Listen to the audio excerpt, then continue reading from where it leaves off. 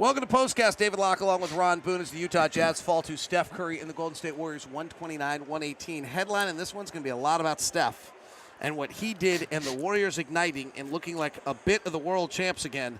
We'll also discuss Jordan Clarkson's double-double, Lauri Markkanen's performance, and the Jazz lack of transition defense, and some weird moments when they left Steph Curry wide open. It's all coming up on Postcast. David Locke along with Ron Boone. Thanks very much for tuning in. Ron, Jazz fans, as all fan bases, and this is fine, are team-centric about themselves and their own players, and they always talk about how they lost the game and what's wrong with us and what's going on and this and that.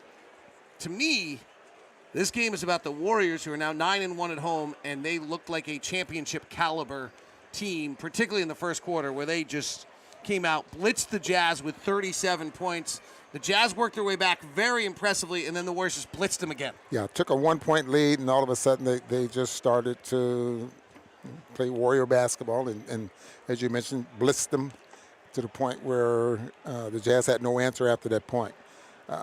We heard so much at the beginning of the year about how fun the Jazz are to watch, and that was the that was the talk of the league. They're fun to watch. They're fun to watch. And if I had to pick a team in the NBA that was fun to watch, it would definitely be the Golden State Warriors, and a lot of that has to do with their style of play and then the players that they have to fit this system. They've done it. It was interesting. So much of the pregame talk with everyone was about, at this point with Steph, and the Jazz did a fine job on him tonight. Steph just was Steph. He just had 33. He averages 32. He's 13 of 23, shooting 50, 40, 90 on the season. That's kind of exactly what he did tonight.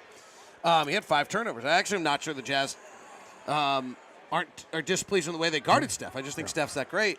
What's so interesting about this at this point in his career with the 8 All-Star games and everything else, there's nothing you can throw at him he hasn't seen. There's nothing Draymond, Clay, and Steph have not seen already in their lives that you can throw at them or do. And they get the ball to Draymond, and they just start splitting and running and spinning, and everyone's coming. And you can try to defend it all you want, but they have the answer to everything you throw at them at this point. It's a 24-second clock. By the time most teams get the ball over the midcourt line, just say hypothetically 16 seconds.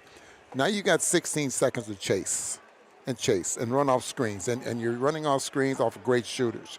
That makes a team with such great shooters and with a system very hard to defend, especially when you have Thompson, Curry, and then Poole when he's on, and Wiggins that can flat out shoot the basketball.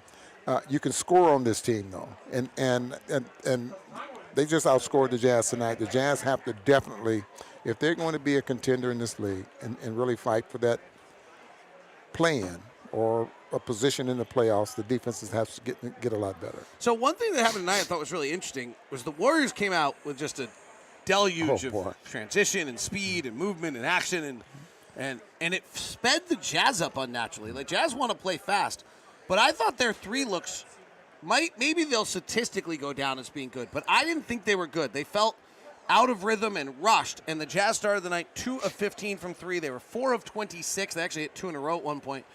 They were 4 of 26 at the half. And that's really the difference in this game is the Jazz shoot 24% from 3 and the Warriors shoot 44% from 3. We can look at all sorts of other things, but that's, frankly, the Warriors make 23s and the Jazz make 11. That's 9 times 3. We can do this math together, 27 points. So I really think that, but I thought that the Warriors' offense sped the Jazz offense up into bad shots. That's a great way of putting it, and I would totally agree with you, because if you think about, there are some players in this league that the Jazz would like to speed up. Luka is one of them, and you can't do it. But it did happen with the Jazz to the point where they only had 4 3-point shots made in that first quarter. What was it, 4 for 20? 4 for 26 in the 4 first for half. 26, and that hasn't happened all season long, because the Jazz have been at their pace, and they've been able to knock down threes. Olynyk continues to have a very good year. For the third quarter he had, incidentally. But that's what the Warriors do. I think they'll eventually get it together to the point where they'll be at the top of the division. So, transition defense. In the first quarter, the Warriors, who came out and they initiated this, had 29% of their possessions in transition. By the end of 3 quarters, the Jazz had done a really nice job and had it down to 21. And by the end of the game, the Jazz had held the Warriors to 17% of their possessions in transition, which is right on their average. So it was really in the first quarter of this game where the Jazz transition defense was the problem. Because otherwise, to the credit of the Utah Jazz, they actually got better and better and better as the night went on at dealing with what the Warriors were throwing at them. Yeah, 16 for 28 in that first quarter as far as buckets that they were able to make, and then threw into threes that they were shooting there as well. And again, they just threw a punch at the Jazz, and the Jazz couldn't counter. And they even had 20 turnovers. Yep. Which is 21 turnovers, and they gave up 22 points off the turnover. That kind of kept the Jazz in it, or gave them a chance to come back. Well, Will Hardy said in pregame when we asked him what were the statistics that he liked about the team, that they were fourth offensively, what was the area they wanted some improvement. He's like, hey, our turnovers have really slipped. That's what we did. That's how we were beating teams earlier this year. We need that aggression to turn up. I think he's going to be very pleased with the 21 turnovers the Jazz forced. The one other area where the Jazz really, it's a problem, is that Kayvon Looney had 7 offensive rebounds. Andrew Wiggins had 5. And the Jazz gave up an incredible 27 second-chance points on those 16 offensive rebounds. The Warriors shot 10 of 14 on second-chance opportunities. That's a real issue for this team. They're 27th in the league in defensive rebounding. Will talked about the other night that they don't have an individual that's a 15-rebound guy night, so it has to be a collective effort.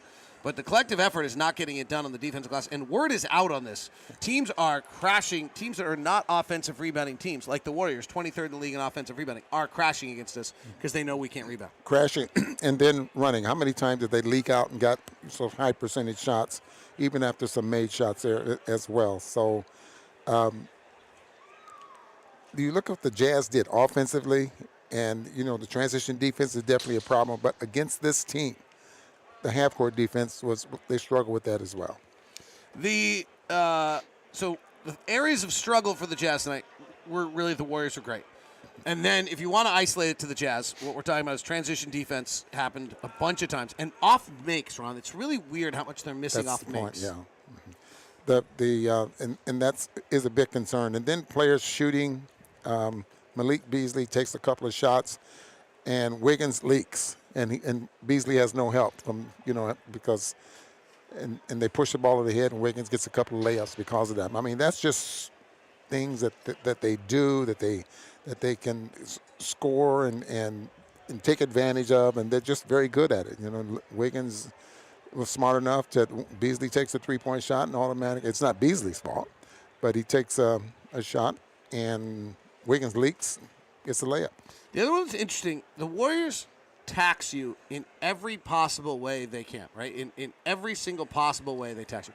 And so we saw these weird plays tonight in which the Jazz left Steph Curry wide open. Yeah. And I think it's what it is how little these guys have played together, right? Like, I think that's actually the interesting piece of this, is how little these guys have actually played together. So here, when they suddenly have an opponent that's taxing them the way that they did, we saw these weird things happen, such as Steph Curry being left open on switches. Okay. I totally agree with all of that, but just think about this, David. The Warriors have a system where they're constantly moving. The Jazz have a system where they're constantly moving. So you don't get a chance to sit around with some teams where they isolate guys, and the defense gets set. I mean, you constantly have to be thinking defense and think of your defensive plan, that type of thing. And when you screw up like you did, 2 guys didn't communicate, 2 of the Jazz players run to 1 guy and leave Steph Curry. When you would think, no way you should be leaving Steph Curry with an open shot, but it happened a few times. But that's because there's this constant movement. They're always doing something, and you get screwed up sometimes, and that's what happens. Really, actually thought the Jazz were fine tonight. I mean, they got beat by a better team. It was 9-1 at home. Correct. I thought the Jazz actually played really, really well. Time for worth noting, Jordan Clarkson had 10 assists tonight. Worth noting, Jared Vanderbilt had 10 rebounds tonight. The starters actually put together a pretty good night of work. The bench did not. The bench struggled offensively. I think they finished the night, quick math, 10 of 32. 10 of 32 and 2 of 17 from 3. So not great work from the bench tonight for the Jazz. Who are your 2 stars, Ron Boone? Well, I think definitely, David, if you're going to give it to him, I'm going to give the Jazz made a comeback in that third period because of Kelly. Yes. And I really like, that. Jordan Clarkson's 10 assists, even though they had 17 assists between Sexton and Jordan Clarkson tonight, which is awfully good. But I'm going to give it to Kelly Olynyk and probably Clarkson. By the way, the Warriors had Yeah. 33 assists tonight. That's the 6th time in 7 games they have had 30 assists. Clarkson ends up with 21 points for the 5th straight game. That's the 2nd time he's done that in his career. And 10 assists and 4 rebounds, only 3 turnovers. He does go 0 of 7 from 3, but the fact that Jordan adjusted his game throughout the night, had 21 points and 10 assists on a night where he's not hitting threes, means that I think he deserves that 2nd star as well. All right, that is the wrap tonight. Kelly Olynyk. Oh, actually, Matt Law says that we should have voted for Will Hardy because he tried a bunch of different things. And Nickeil Alexander-Walker, by the way, deserves a reference tonight in this. Yes, absolutely. I meant to actually mention that earlier. Nickeil Alexander-Walker tonight played his highest minute total of the year of 30 minutes. He had 8 points, 5 rebounds, 6 assists, 3 steals, and a block. He could almost get a star if it wasn't for the 2 of 11 shooting. Yeah. All right, that wraps us up. Thanks for tuning in. We'll be with you tomorrow